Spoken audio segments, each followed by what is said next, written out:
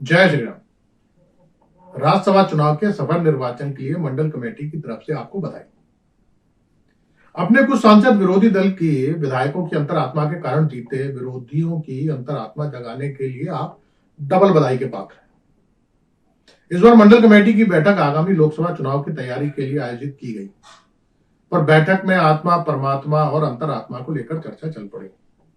Party के दिग्गज कार्यकर्ता राधेलाल पंडित जी ने कहा, जब आत्मा और परमात्मा का एकाकार हो तभी भक्ति का असली मार्ग मिलता है।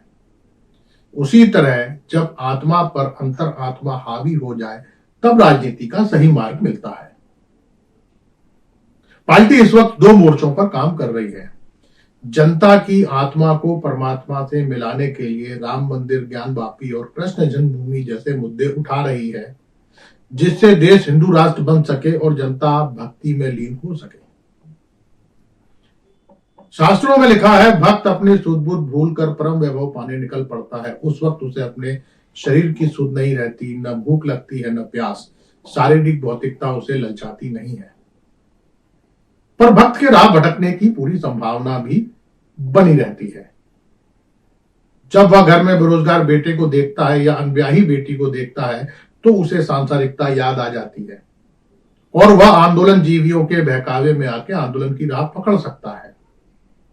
जैसे इन दिनों किसान एमएसपी के लिए आंदोलन कर रहा है, फिर वह पार्टी को चुनाव में हरा सकता है। इसीलिए पार्टी को दूसरा रास्ता चुनना पड़ता है, अंतरात्मा का। अंतरात्मा जनता के नहीं, नेताओं के पास होती है। इसीलिए जनता परमात्मा के नाम पर वोट देती है और नेता अंतरात्मा के नाम पर। किसी नेता की अंतरात्मा किस वक्त जागेगी यह उसे खुद पता नहीं होता। आमतौर पर अंतरात्मा सत्ता पक्ष के समर्थन में जागती है, जैसे यूपी और कर्नाटक में राज सत्ता के समर्थन में जागी और हिमाचल प्रदेश में केंद्रीय सत्ता के समर्थन में। पूर्व में जब कांग्रेस केंद्र में सत्ता में थी तब अंतरात्मा कांग्रेस के साथ रहा करती थी। राधेलाल पंडित जी ने बताया कि अक्सर लोग कहते हैं नेताओं की आत्मा नहीं होती। अगर होती तो देश इतना बदहाल नहीं होता। किसी नेता की अंतरात्मा जनता के मुद्दे पर नहीं जागती। यह अलग बात है कि नेता दिखाता जरूर है कि वह जनता की खुशहाली के लिए अपनी अंतरात्मा जगा रहा है। जैसे मध्य प्रदेश में जब कमलनाथ की सरकार थी तब ज्योतिरादित्य सिंधिया की आत्मा अतिथि शिक्षकों के लिए अचानक जाग गई।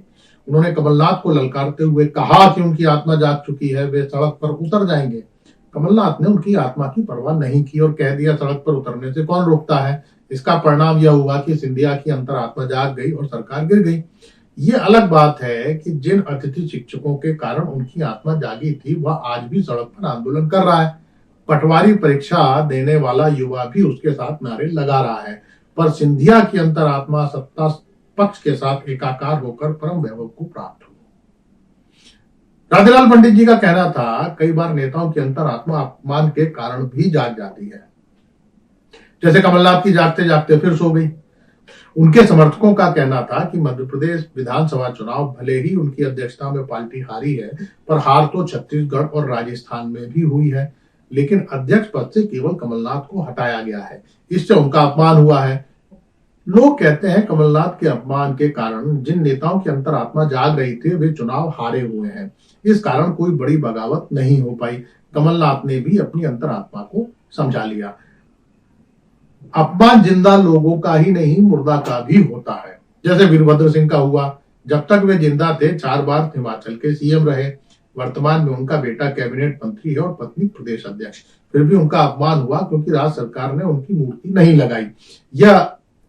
इस अपमान से उनके बेटे ने अंतरात्मा की आवाज सुनते हुए कैबिनेट से इस्तीफा दिया और 6 समर्थकों ने राज्यसभा चुनाव में पार्टी विरोधी कैंडिडेट को वोट दिया।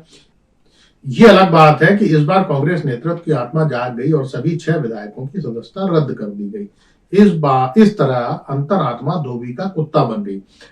बिना अंतरात्मा की आवाज सुनाए चुनाव जीतने की कोशिश पर फंसने की संभावना रहती है। जैसे चंडीगढ़ में मेयर चुनाव के दौरान हुआ, यहाँ पार्टी की फजीयत भी हुई और मेयर पद भी हाथ से गया। राधेलाल पंडित जी का कहना है, जनता की आत्मा खरीदने से ज्यादा आसान नेताओं की अंतरात्मा खरीदना है।